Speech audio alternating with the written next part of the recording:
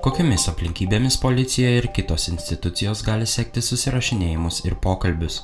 Kartais Lietuvos piliečiai nuogąstauja, kad policija arba kokia nors kita valstybės institucija seka jų susirašinėjimus, klausosi jų pokalbių. Atsiranda netgi manančių, kad Lietuvoje vykdomas masinis sekimas, įvairios institucijos klausosi vos ne visų piliečių. Tačiau kokiomis aplinkybėmis asmuo iš tikrųjų gali būti slapčia sekamas, remiantis įstatymais? Atsakymas į šį klausimą šiame video klipe. Kai slaptas sekimas vykdomas kaip kriminalinės žvalgybos informacijos rinkimo būdas, tokį sekimą reglamentuoja kriminalinės žvalgybos įstatymas. Kai slaptas sekimas vykdomas kaip ikiteisminio tyrimo dalis, jis gali būti vykdomas remiantis baudžiamojo proceso kodeksu. Remiantis kriminalinės žvalgybos įstatymus, slaptas sekimas skiriamas rinkti informaciją apie galimai rengiamas, daromas ar padarytas nusikalstamas veikas, jas rengiančius, darančius ar padariusius asmenis. Šių asmenų aktyvius veiksmus neutralizuojant kriminalinę žvalgybą, kitus su valstybės nacionaliniu saugumu susijusius įvykius ir asmenis. Tokį sekimą iki 3 dienų leidžiama atlikti sankcionavus kriminalinės žvalgybos subjekto, policijos departamento, kriminalinės policijos biuro, valstybės sienos apsaugos tarnybos ar kitos tokių subjektų sąraše įrašytos institucijos vadovui ar įgaliotam vadovo pavaduotojui.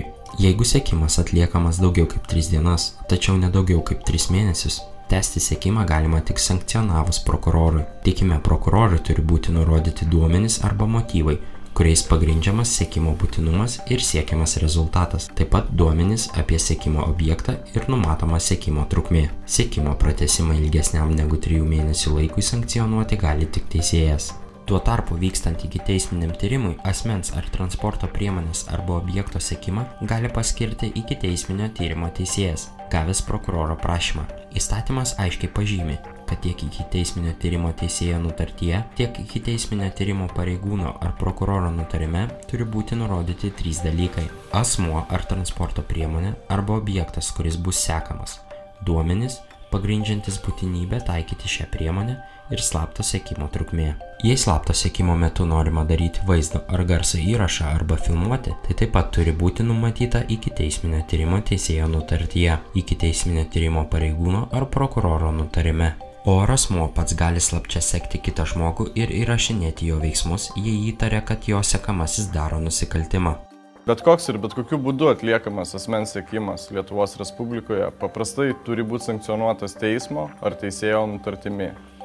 Teisinėje valstybėje nesankcionuotas asmens sekimas laikytinas asmens teisės į privatų gyvenimą pažeidimu.